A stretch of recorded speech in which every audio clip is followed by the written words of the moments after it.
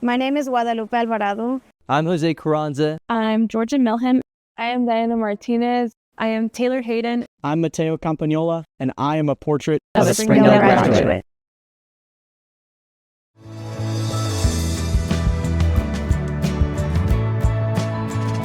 Hi, welcome to Springdale Today. My name's Mary Jordan. I'm your host. Today we're going to be talking with Springdale High School wrestling coach Josh Rivers and RJ Iban, a Springdale graduate who's one of 3 Springdale wrestlers who competed in the 2024 Micronesian Games, earning 3 gold and a silver medal. RJ was a double gold winner at the Games and is going to share his experience with us. Now, the Micronesian Games are a quadrennial multi-sport event held in Micronesia. The competition is open to the 10-member federations of the Micronesian Games Council. The 2024 Games were featured in June in Majuro, the capital of the Marshall Islands. Thank you guys for being here with us. And thank you for having us. Pleasure to be here. This is really super cool. I can't wait to have this discussion with you. RJ, now you're a graduate of our schools, right? Yes, When did you graduate? I graduated in the spring of 2019. Okay, and where do you find yourself now? So right after I graduated from Springdale High, I was blessed with the opportunity to continue my education and wrestling career at the University of the Ozarks, and I graduated this past spring. And as of now, I'm currently job searching. So whether it's with the Springdale Public Schools or NGO or whatever it may be, I know I'm going to be set well, and the future is bright. It is. And you have your degree in business administration, you said? Yes, ma'am. Business administration, and then I double minored in health science and theater. So, yep. Are you actively training as a wrestler? You competed in the Games in June, and you've graduated. So Yes. tell me a little bit about your training and what you're doing now as far as wrestling goes. As far as wrestling goes, I just wake up in the morning, early morning run. Well, right now, just conditioning and like body strength, trying to build more meat on me. Yeah, because wrestling with grown men now, it's not high school or college anymore. It's the senior level, so I gotta have my body ready and yeah. So where are you wrestling then? Where are you competing? I've been practicing with the River Valley Wrestling Club, and then, well, coach, I'm sorry to tell you, but they're gonna be seeing a lot more of me. So now that I'm back home, and All right, that's exciting. That sounds like a lot of fun. I'm excited for you, and I'm glad that you get to continue to do something you love. When you went to the Micronesian Games, what country were you representing when you were there? I was representing the Republic of the Marshall Islands. Very good. And your family has a connection, right, to the Marshall Islands? Yes. What can you tell me about that? My family, my grandfather, he was a high political and societal leader, or he was a chief of all chiefs. In Marshallese, they call it Irojalapalap. So he was like the chief of all chiefs, and at one point in time, he was the president of the Marshall Islands as well. So I know it's cool having that connection, and I know just being able to represent as well. What was that like for you to be there and representing the Marshall Islands, your family, your community on such a huge stage? Yeah, blessed. Thank the man above with the opportunity he provided me, because I don't know, it was different. That was the first time the Micro Games was held in Majuro Marshall Islands, so I don't know, just to go out there, put on a show for my people is a blessing. Josh, you were his coach as Springdale? Yeah. Springdale High School? Sophomore year to a senior year. What can you tell me about him as an athlete? As an athlete, I would say his sophomore year was a little rough. He came over. I don't know that his record was very good. It might have been about 500 that year. But his junior and senior year, he came on. And he graduated really young. I mean, he didn't turn 18 until August of his freshman year in college. So, I mean, he was ahead of the curve, I think, his education-wise, but he could have been, probably a junior his senior year.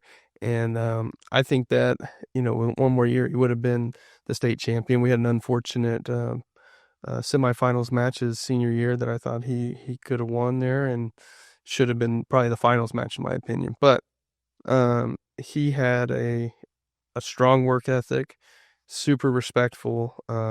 He was highly competitive. He wanted to win, but never did anything that was like unsportsmanlike, nothing like that. I mean, everything that you could want in an athlete, that's what RJ was.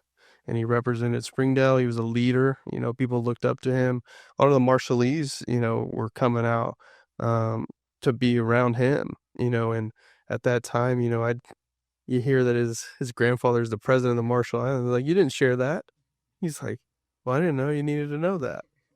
And then you kind of do a little research, and he's meeting Barack Obama and all this, and then his nephew comes out, Wawa, but his named after your grandpa, Latakla. So it was a cool experience having him on, and then other Marshallese that came on, like a Eliu, that's his family members were high up too. So it was cool, and you just kind of build this connection with them and learn about their culture. Before, when I got to Springdale, I didn't know, had no idea. And so that time, I mean, he was probably my middleman to help me understand everything. And so it was fun. What brought you to wrestling? Why that sport? All right, so I'm the youngest of 7, 6 boys, 1 girl. So I don't know, ever since like I was a little boy, everything competitive, and all my siblings, they just good at different sports, whether it was basketball, football, tennis, anything. Well, I don't know. I was playing football my 8th grade or my 9th grade year. And then one of the coaches, Coach Matthews, he brought out like a mat. He was like, hey, today, it was like the end of the season. So like, today, we're going to do a little wrestling. I was like, what the heck? Okay. So he was going out name by name. RJ, and then one of my teammates, John Tay Huggins, we had a little scuffle going, or like, nah, we like wrestled for a bit. And then I don't know, ever since that day, boom, I don't know, fell in love with it. Then I wrestled for the Blue School. We don't say the name. We don't say that name. I wrestled for the Blue School 9th grade year, and then transitioned over to Springdale my 10th grade year and wrestled under Coach Rivers. And yeah. Why continue to do it now? I don't know, my love for the sport. I don't know, and the people that I've, the paths I've crossed and the people I've met is unbelievable. The community, wrestling community, and I don't know, just the things I find within myself because of wrestling, or I don't know, there's so many different reasons. I just love the sport, and I don't know, love who it's made me. Yeah. You can see just in the expression in your face how much you really like what you're talking about. What allowed you to compete in the Micronesian Games? What's the qualification for that like? Well, I was competing for the University of the Ozarks throughout my college tenure, and the Marshall Island Olympic Committee, they like reached out to me and were asking if I was interested in representing the Marshall Islands, and I was like, bro, what the heck? That's a no-brainer. Of course I would. And yep. So this past year, I was fortunate enough to go compete in the Oceania Games in Australia, 2023. Yeah, And Mitchu, right? yes. Then we were out there last summer. We ended up doing pretty well. He placed silver, and then I ended up placing 3rd. But I don't know, it was a cool experience. When you said he placed silver, who was that? Mishu Jang. Yeah, he was the first Marshallese state champion in the state. I don't know, maybe in the country. I really don't know. I haven't really dug into that, but definitely in the state of Arkansas, he was there. And you guys both got funding from the Olympic Committee there to help you guys out with training and college and stuff like that. So it was a really good deal. Terry Sasser. Did you coach him as well? Yeah, Minshew was my guy from his 9th grade year up until his senior year. How does it feel to see the students that you've coached go on and do such great things? I get a sense of like happiness. Like you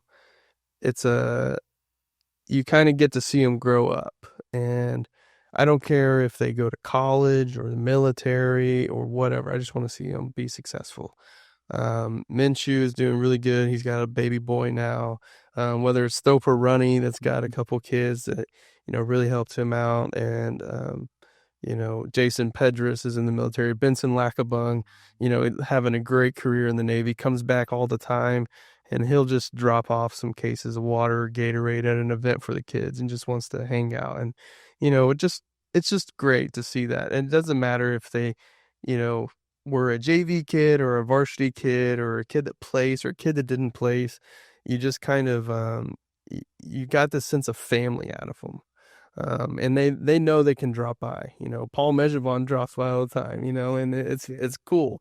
And now we're getting to the point now that I've been at Springdale long enough that others are coming back to give back to, like, even our youth organization, Trey Ponce and Isaac Ponce. They're both there with their nephews and, their little brothers. And, Trey's got a little 2-year-old Maverick that's running around on the mats. And, Aiden, Stevie's bro. I didn't coach Stevie, but he's got a son, Aiden, and it was probably the time that I felt the oldest. He was looking on the wall and he sees all the names. We have every kid that's been a state placer, state champions up on our wall. And he looks that up and he sees Isaac and Stevie and Trey, his uncle's up there. And he's, Coach, did you coach my dad? And I said, no, I didn't. I coached your Uncle Trey and your Uncle Isaac.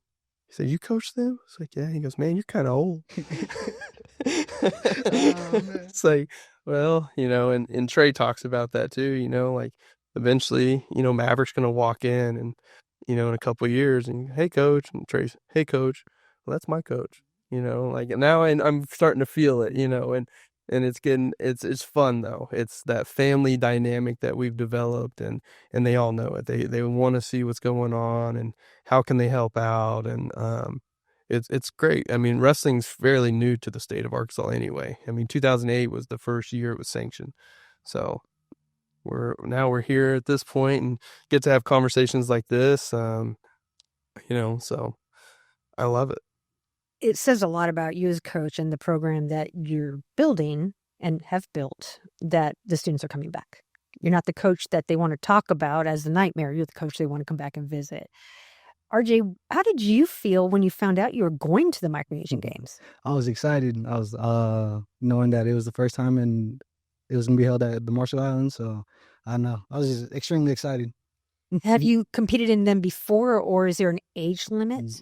No, there's no age limit. But no, I have not. That was my first time competing for the Micro Games. And was it exciting news to hear?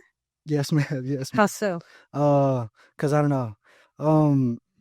My one of my older brothers, he had the opportunity to compete and represent the Marshall Islands at the Micro Games 2020 or 2012.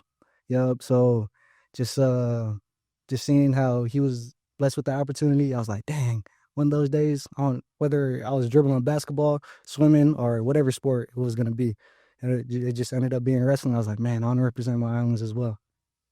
Right. Now that's really cool. You had 2 matches that you won gold in, or events, I should say. Yes. What can you tell me about those? One of them's rather unique. All right. So one of them, that was my first time placing and getting gold in the Micro Games. And I don't know, just the environment, the people around there. It was the first time, like, my people, they had the opportunity to see wrestling and wrestling live. So I don't know. It was cool. I don't know, competing. And then one of the guys, Naru, he's a decorated veteran in the game. And I don't know, just to knock him off, because he was, ranked first or whatever. And I don't know, just to be able to go out there and compete and do very well and earn a couple goals, it was amazing. What were the golds? What were the actual categories that you won the golds in? Greco and freestyle. And one of them was in a unique location, was it not? Beach wrestling. Beach wrestling. Yes. Okay, so growing up in California, I heard of beach volleyball, but never beach wrestling. What can you tell me about that? Oh man, that was a different environment. That was my first time wrestling in the sand. I know. How'd you do in that one? I didn't get to see that one. Dang, that was the one that I ended up placing silver. You got silver, so 2 gold, 1 silver there, and first time ever in that one, right? Yup. I don't know. It was cool. What was that like wrestling on the sand as opposed to wrestling on the mat? I don't know, the footing, and I don't know. I guess you got to be more logical in what you do. Think ahead, because once you step right there, your feet's gonna kind of move around, and I don't know. I don't know. It was a cool experience. You don't get to be as fast in that. Yeah, yeah. What countries did you wrestle? I wrestled Nauru, Pohnpei, Chup. Yeah. And it sounds like, Coach, that you saw at least one of the matches. What did you observe as a coach? I thought it was awesome. So I had some of our wrestlers that were there, and like Ishmael, his girlfriend at the time, Layla, was one of my former wrestlers. She traveled there, and so she was doing a live stream right there in the corners, and so all the wrestlers were coming and talking to me. Hey coach, like how am I doing? And so I'm having like a live dialect in the middle of their matches, and I get to see things happen, and then all the posts that happen on Instagram, and I mean it was just awesome. Like the environment, I wish I was there. Like after he got his big takedown, and the excitement that came off of him, that I wish I could have been there, but I got to feel it and see everybody, and I couldn't hear what was going on there for a moment on the live stream because everybody was just screaming. It was awesome. Tell me about this big takedown. It was to cap off my my finals match, my very first gold. I don't know. I was up. Dang, I forgot what the score was, but I just needed 2 more points. Yeah, you were up 8. You needed 2 more to get the tech. And then I don't know. I kind of faked up, and then went for a double. He was up here trying to get up too, and then I don't know. I just got him, ran him outside the mat, and dropped him off, sent him packing. But I mean, you ran him all the way across them. It was fun. Yeah, the environment was absolutely electric. Everyone jumping, everyone chee-hooing. It was cool because I got up, and then I saw the president the current president, the Marshallese first lady, President Hilda C. Jaime, and my grandmother as well. It was cool because I saw her. I was like, oh dang, I just did that in front of. And then I looked around. I was like, dang, I did that in front of everyone, my family, my sisters, my nieces and nephews. So the Marshall Islands, it's Happy Halloween today over here. But in the Marshall Islands, it was the Halloween yesterday. One of my nephews, he was like, dang, I want to be a wrestler. Halloween, he dressed up as a wrestler. And I know it was cool. I was like, man, it's cool. Inspiring the young ones. Yeah. That really is cool. You said that it was the first time your people had seen wrestling, though? So you obviously made a heck of an impression. Tell me about that. Is it not something that's common in the Marshall Islands? Well, like wrestling for fun, yes, but not like sanctioned events or anything like that. So, yeah, I don't know. I guess back in the day, they would have like battles and like wrestle, but it's a very small community there. I mean, Terry Sasser, who is like one of the head figures there, he reached out to me because we do have a big population of Marshallese on our team to help them fill out their lineups and stuff. And so we had some ranking matches and stuff here to be able to send them over to the Marshall Islands there. I know there was another one. It wound up being Ishmael's cousin. Yeah. That was, I don't know where I want to say he's from New York or something. Like he was up north, and he wound up winning gold too. So it was kind of cool. Adam Kennedy. It sounds really cool. Were you surprised how well your former student athletes did? I had belief in them. They prepared. And it was really good for us because it was, right after our state tournament, and so all of our guys have been preparing for that season. He's in college. He's preparing for big events too, and I thought going in that we were going to be pretty well prepared. And if you're prepared and you have the conditioning, and you have the confidence going in there, mix in with a little luck, anything can happen, and so I just told them, be grateful for the opportunity, and, you might not get another one. And so just go out there, have fun, put your foot on the line, and wrestle like each one's your last one. Are those the traits that you kind of asked athletes to bring to the mat? Every time. It's just, I always tell them, be grateful for the opportunity. because you never know until it's gone. When your coach hugs you for the last time and says you had a great career, and you just realize it's gone, just like that. If you don't get an opportunity like RJ or Logan Walton or some of these other guys like Trey Ponce that go on to wrestle at the next level, or represent your country, it's over. It's just such a short time. So, you don't want to be 20 years down the road wondering, what if I would have worked hard? What if I could have done this? You're grateful for your time. You're grateful for the opportunity to put your foot on the line and compete. And if you do everything and prepare, you should be able to say in 20 years, I did everything I could. And you'll have great memories that way. And that's what I really want to instill in them.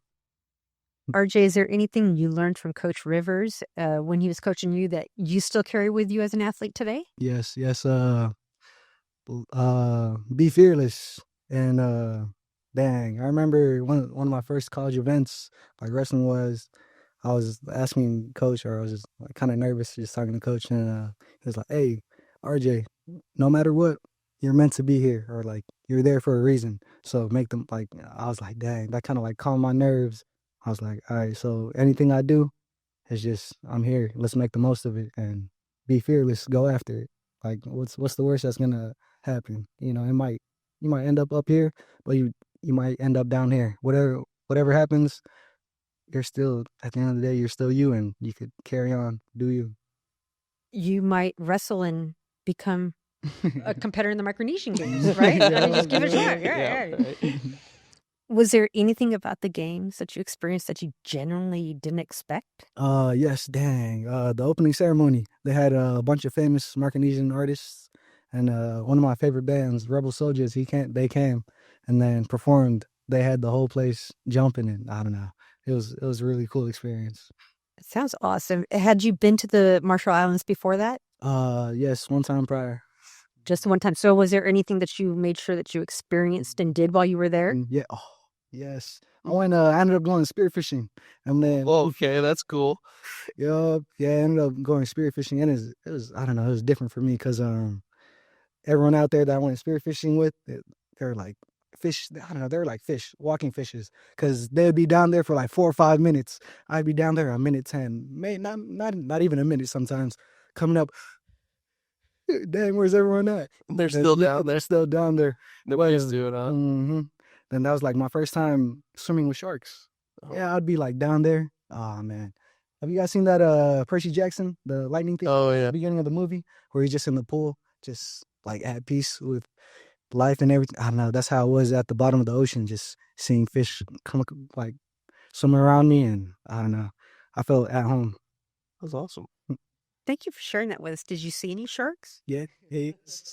Yeah, that's scary. Yeah. Oh yeah, my heart was beating, bro. Everyone was like, "Hey, if you see a shark, just act normal," because they know they could sense if you're scared. Hey, it's a shark. Be cool. Be cool. It's a shark. I thought it was cool to see like some of the videos that were being posted, and you guys were cheering on the other competitors. Like RJ, don't let him fool you. He was running around with a Marshall Islands flag, and he's running up and down the stands, getting everybody to cheer during a couple of the other events. And so I thought it was cool that they were all competing, but then once their events were done, that they were helping cheer and get everybody riled up in the other events. So, yeah. Says a lot about the spirit of the games. Do you plan on going back in the future if you can? Yes, most definitely. Yeah, that was, man, that experience alone. I'm gonna hold it near and dear to my heart, and I know if I have the opportunity to have more experiences like that, I'll most definitely take part. So yeah. What's your future then like as a competitor? Do you have anything coming up? Mm-hmm. Yes. This upcoming 2025, there's the South Pacific Games in Palau, and I plan on going there. And then I think the following November, that's the Oceania Games. So yeah, that'd be pretty cool. Could any of these things be a pathway to competing in the Olympic Games? Yes, ma'am. Like I stated earlier, I placed in the Oceania Games last summer. Yeah, last summer, and I went again earlier this year February. So that allowed me to compete for the Oceania Africa Games. But that was the same weekend as my college graduation, so I had to pick and choose. I was like, this graduation was kind of a monumental moment in my life. So I was like, dang, I'm kind of... Yeah, but each one of those are like qualifiers. So like once he gets to the next step, then he can have the opportunity to advance and then qualify for the qualify his weight for the Olympics. Marshall Islands would compete with whom in the Olympics? Would they be independent or are they part of something greater? They're independent, but yeah. Yeah, so if you were competing for the Marshall Islands at the Olympics, it would be Marshall Islands. Yes, Bill. I hope if you make that journey that you guys will give us a heads up so we can talk with you more about it. And Coach, what about the team? How does their season look like they're doing this year? I think we're pretty good. I think in years past we'd probably be a good dual team. This year I think we're a good tournament team. I think we have some people that can go. Jackson Sportsman's returning this year. He's a 2-time state champion, looking for his third. Bruce Quayle is a 2-time state champion, 3-time finalist, looking for his third state title. Elizabeth Garcia is looking for her second state title and to become the first female and first Hispanic, I guess, in Springdale to be a 4-time state medalist and 2-time state champ. That would be really awesome. We have Miguel Medina. I think that's going to do really good for us. Melanie Madrano. She's doing really well right now. She was at preseason nationals, and I mean, she took out a Pan American champion. I mean, beat her pretty handedly, 11-3 there, up in Des Moines, Iowa this past weekend. So, I have great hopes for her. She might be probably one of the best to come through on the girls' side in a long time, maybe in the state. Wow, that's super exciting. I'm going to chat with her too. She's a 9th grader, so yeah. So we've got some time to catch up, right? I mean, we're at Fall Brawl and she won, and her sister's really good too. Her little sister, 7th grade, she was the 3rd girl ever to triple crown in USA Wrestling girls history, which means that she won the preseason nationals, she won folk style nationals, and then in Spokane, Washington, she won freestyle nationals. And so she's the first or the 3rd girl ever to do that, first in the state of Arkansas. And she took 2nd at preseason national this year in the higher weight class and in the older division. But yeah, they're really good. And up at Fall Brawl, they both won, which is a pretty big tournament around here. And had some college coaches asking about them, and I said, you can't talk to them right now. They're either too young, 7th and 9th grade, and they're like, well, you let us know when they're of age. So they'll be fun to watch in the next couple of years. I'm sure you'll have them on. That is super amazing. It's really exciting, and I shouldn't be surprised at all. But every time I hear a story like this, I'm like, these kids are in our district. Absolutely. We have so many remarkable kids in our district. And so many remarkable young men who've come from our district as well. We've talked about a lot today, and thank you for making me smarter on all the things we talked about. Yeah. Is there anything else to bring this conversation that I haven't thought to consider? I just think I think RJ has laid one of the guys that helped these other wrestlers coming up, and I'm appreciative of his role model that he is. Now he is the first one under me that has not only gone to graduated from college, but we've had those, but he's the first one to finish out on a 4-year. Trey Ponce was JUCO, all at college, All-American and stuff, but he's the first one from a 4-year university that wrestled all 4 years there. And I think he's somebody in our organization that we can look to and say, you should be like him. And so I like being able to sit down and have a conversation with you and so other people can see it, and that's what makes it great here in Springdale. Well, I appreciate you both talking with us. RJ, did you have anything else you wanted to add today? Yes, I'd like to thank you for having us. And I don't know, Coach Rivers, you've impacted my life more than you'll ever know. And I know end of my senior year, you're getting tired, RJ, getting tired of seeing me. RJ, what you gonna do? What you gonna do? Then, all right, so small story. It was a couple weeks before school started and like college. He was like, RJ, I know somebody at the University of Ozarks. Give him a call and we'll have you. Yeah, so Leroy Gardner was there and reached out to him, and he made his decision late. It was more than less, but it works out for you, right? And so Leroy wound up recruiting him, and then you had Coach Vinny there, and Leroy's actually an assistant coach at the University of Purdue now. So works out. Heck yeah, I'm blessed with this man, the Springdale family, because as a mentor, coach, but most importantly as a person, he's man, this is the kind of person that you want in your corner. He's just every step of the way he's been there and always reliable. So thank you, Coach, for everything you've done for me. Well, thank you. Heck yeah. Thank you both for sharing your story, sharing with me. Thank you for investing in our kids. It's making a difference. And RJ, thank you for everything that you're doing out in the world. I cannot wait to see what you do next. We appreciate you both being here today. Awesome.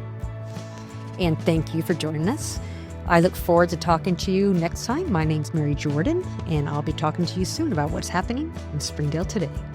Springdale Today is a production of the Springdale Public Schools Communications Office. The podcast is hosted by Mary Jordan and is produced and edited by Micah DeLacy. Be sure to subscribe to Springdale Today for free on your favorite podcast platform.